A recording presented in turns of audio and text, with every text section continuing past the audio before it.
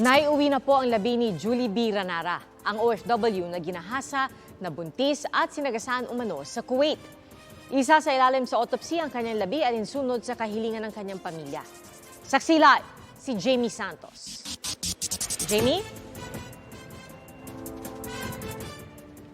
PIA 9:34 ngayong gabi nang dumating ang eroplanong may dala sa labi ng OFW na pinaslang umano ng anak ng kanyang amo sa bansang Kuwait. Nangako ang OWA na lahat ng tulong ay ibibigay ng pamahalaan para makamit ang hustisya para kay Julie B. Ranara. Isa rin daw ito sa hiling ng mga naulila ni Julie B. Kasama na ang privacy habang sila ay nagluluksa. Ayon kay OWA Administrator Arnel Ignacio, bibigyan ng kumpletong impormasyon ang mga taga-media sa lahat ng kalalabasan ng investigasyon sa sinapit ni Ranara. Para raw sa kapanatagan ng loob ng mga naulila ni Julie B, nais ng pamilya na sumailalim ang labi nito sa autopsy ng NBI. Dahil sa gagawing autopsy, sa linggo pa magsisimula ang lamay para sa kanya. May ginagawa ring hiwalay na pagsusuri sa kanyang mga labi ang Kuwaiti government. Gaya ng ibang mga nanay, ang nais lang daw ni Julie B ay mabigyan ng magandang buhay ang kanilang mga anak, kaya nakipagsapalaran sa Kuwait bilang domestic helper. Asawa at kapatid ni Julie B ang sumalubong sa kanyang labi sa international cargo. At kasama rin sina Senator Raffy Tulfo, OWA Administrator Arnel Ignacio at Department of Migrant Workers Secretary Susan Ople.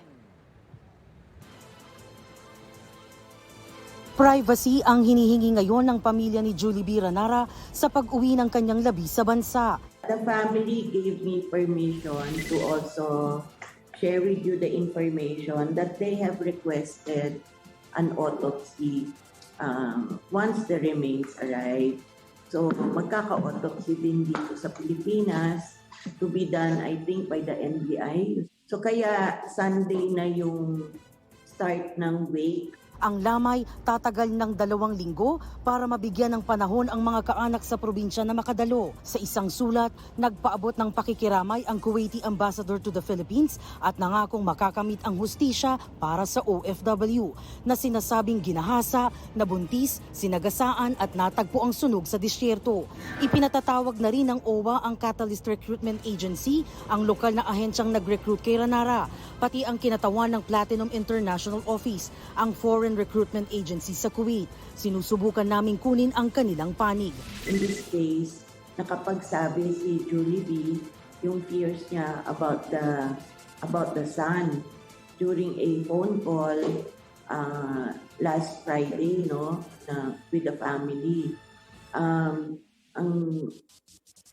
nakakalungkot lang kung meron lang sanang mga kahit ilang araw after that na i-report sa amin ng pamilya or ng recruitment agency na may ganun nga mga nangyayari involving the son, we could have done something. We already preventively suspended the employer because of the death of our OFW. No? At sinampahan na rin po natin ng disciplinary action against the employer. And ang possibility po dito is may kakaroon po ito ng sanction ng blacklisting dahil doon sa nangyari pong namatay. Definitely yung na-blacklisted. Definite na po yun, ma'am. So, mabablacklist po natin yung employer. Nakatakdang pag-aralan ng gobyerno ang bilateral labor agreement ng Pilipinas at Kuwait para mapatibay ang mga proteksyon na ibinibigay sa mga OFW. Wala namang balak magpatupad ng deployment ban ang Pilipinas sa Kuwait para manatiling bukas ang labor diplomacy at koordinasyon sa paglilitis ng kaso laban sa 17 taong gulang na suspect sa krimen. Live mula rito sa Parañaque City para sa GMA Integrated News, Jamie Santos ang inyong saksi. Makaiga ang saksiyan ng unang pasok ng mga balita. Maaaring mapanood ang saksi at ang iba pang GMA Newscast sa youtube.com/GMA News. I-click lang ang subscribe button sa mga kapuso abroad naman.